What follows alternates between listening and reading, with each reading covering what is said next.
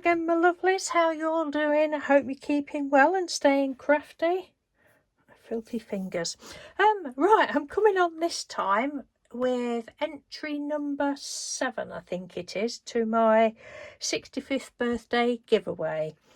And this one is from the lovely Kim Kelly. Thank you ever so much, Kim. I didn't know you was joining in, so it's a nice surprise to get this from you this morning. Look at this, isn't it beautiful? Love how you've done that. And it says Dotty about you and a beautiful butterfly. So that's the card. For anybody that doesn't know Kim, she doesn't do videos, but she is on Instagram.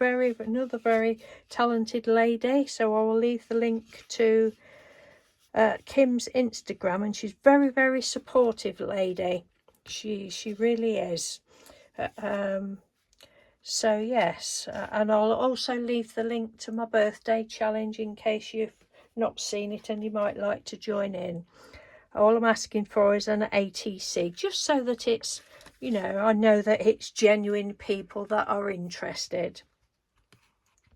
But look at this, how beautiful is this? So we've got like a pink, she's probably done that with a distress ink or something in the background, or distress oxide, I'm not quite certain.